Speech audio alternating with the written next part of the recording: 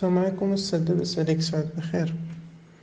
أستاذ، بالنسبة لواحد السؤال، ما تنعرفش بحال مثلا فاش تكون شي جملة تنبي نهضر على شي واحد، بحال تنقول أرسلت لك، ولا أخبرني، بحال فاش تتكون فواحد الجملة il m'a semblé. ما عرفتش علاش زعما فين خصنا نسبقو وفين خصنا نسبقو ما.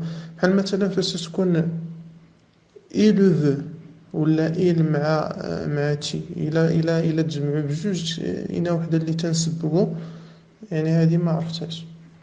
السلام عليكم. بالنسبه للسؤال ديالك مهم جدا.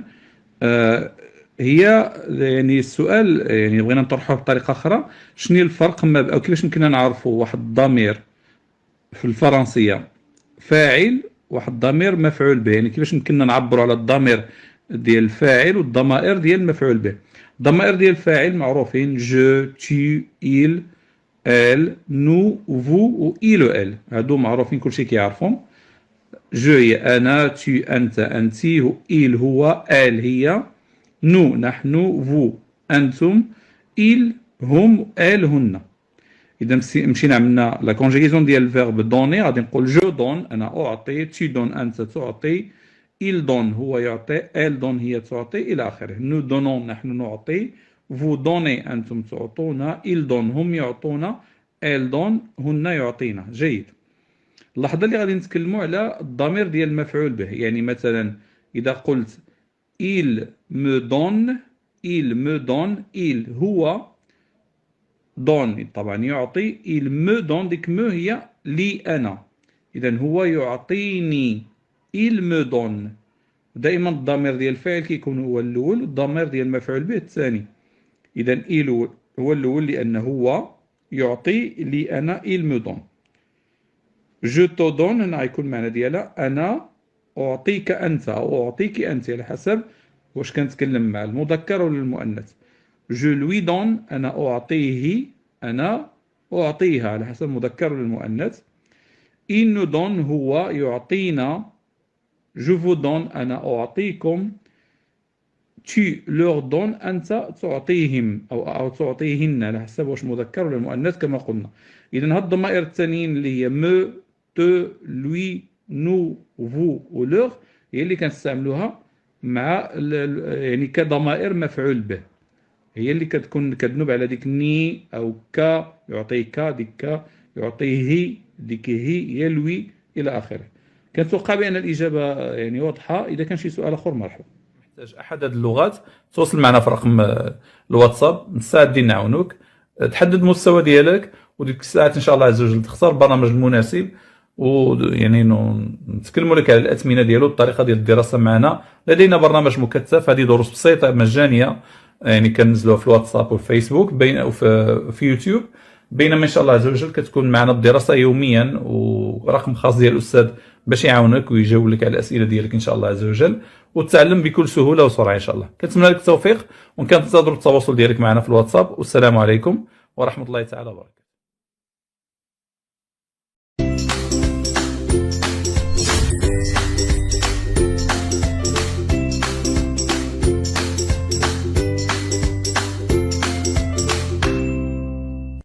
السلام عليكم أستاذ، عساكم بخير، كلشي مزيان. السؤال اللي كاين هو الفرق بين جليسي وسوغليسي. شنو هو الفرق بينهم؟ هذا فعل عادي وهذا فعل برونومينو، ولكن الفرق الاستعمال ديالهم. السلام عليكم. شنو الفرق بين الافعال العاديه والافعال اللي كتسمى دي فيرب برونومينو؟ يعني مثلا اذا كان عندنا لو فيرب ريفيي وضفنا له سو، لان كاين فيرب سو ريفيي، واش عندهم نفس المعنى او معنى مختلف؟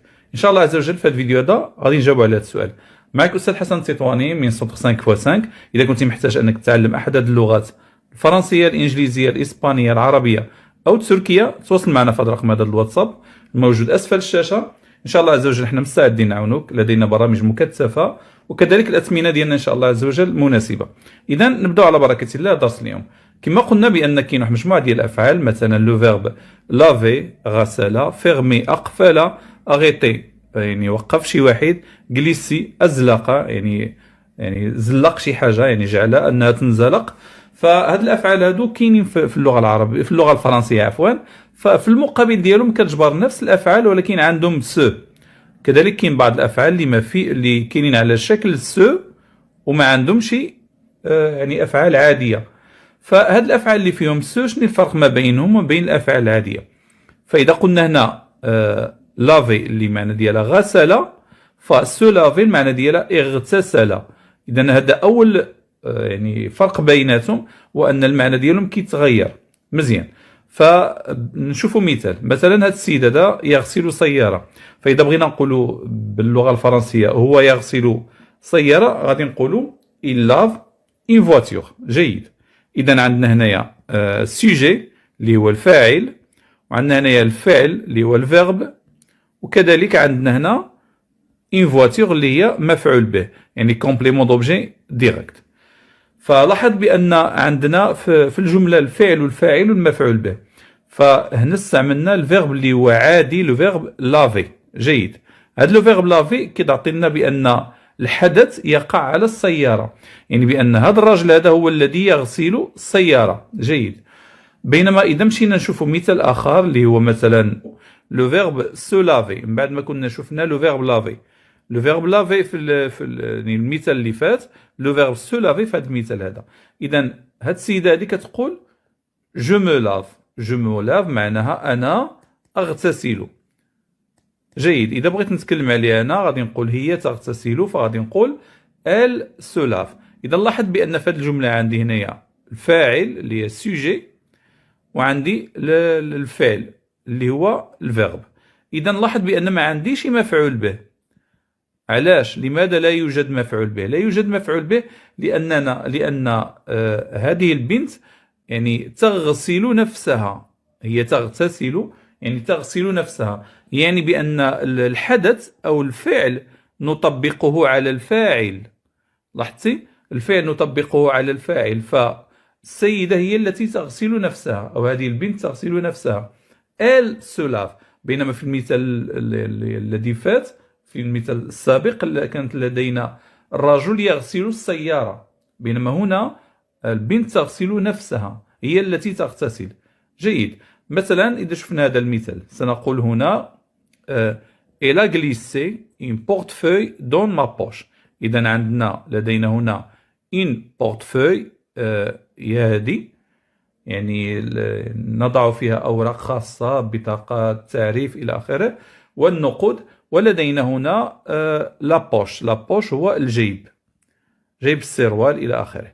ف il a glissé أزلق. il a glissé une portefeuille يعني واحدة من هادو dans ma poche في داخل جيبي. غادي نبقاو مع المثال أو مع الجملة حد هنا. il عندنا السوجي يعني الفاعل، a glissé يعني الفيرب عندنا المفعول به، ولاحظ هنا une portefeuille complément d'objet direct يعني مفعول به مباشر. فاعل فعل مفعول به. اللحظة اللي كيكون لدينا مفعول به في الجملة، يعني بأن الفاعل يطبق يعني حدث على المفعول به، يعني هو الذي أزلق une portefeuille. إذا هنا لدينا فيرب عادي، فيرب نورمال، هو لو فيرب glisser. جيد. ولكن اللحظة اللي غادي نقول هذا المثال هذا ce portefeuille، هذه حاملة الأوراق، se glisse تنزلق، هي التي تنزلق. إذن هي التي تطبق يعني على نفسها فعل معين، هي التي تنزلق. facilement dans ma poche يعني بسرعة أو بسهولة في جيبي. إذا بقينا حد هنا لدينا هنا سوجي الفاعل والفيرب المفعول به. هادو لا علاقة لهم عفوا الفيرب الفعل. إذا هادو لا علاقة لهم بالمفعول به. إذا الفاعل والفعل فقط في الجملة، ولهذا فهي التي تنزلق، يعني بأن هي التي تطبق على نفسها فعل معين الذي هو انزلق. إذا هذا الفرق ما بيناتهم. فهنا كنعرفوا بأنني اللحظة اللي نبغي نتكلم على راسي أنا أغتسل غادي نستعمل لو فيرب سو لافي، يعني غنستعمل الفيرب فيها سو. اللحظة اللي غنبغي نتكلم على أنني أنا غسلت السيارة أو أنا أغسل السيارة، فغادي نستعمل لو فيرب لافي. إذا جو لافي فواتير ببساطة. كنتمنى أنكم استفدتوا من الدرس هذا، ان شاء الله عز وجل كما قلت لك محتاج احد هذه اللغات تواصل معنا في رقم الواتساب، مستعدين نعاونوك. تحدد المستوى ديالك، وديك الساعات ان شاء الله عز وجل تختار البرنامج المناسب، ويعني نتكلموا لك على الاثمنه ديالو، الطريقه ديال الدراسه معنا. لدينا برنامج مكثف، هذه دروس بسيطه مجانيه يعني كنزلوها في الواتساب والفيسبوك في يوتيوب. بينما ان شاء الله عز وجل كتكون معنا الدراسه يوميا، ورقم خاص ديال الاستاذ باش يعاونك ويجاوب لك على الاسئله ديالك ان شاء الله عز وجل، وتتعلم بكل سهوله وسرعه ان شاء الله. كنتمنى لك التوفيق، وكنتظر التواصل ديالك معنا في الواتساب. والسلام عليكم ورحمه الله تعالى وبركاته.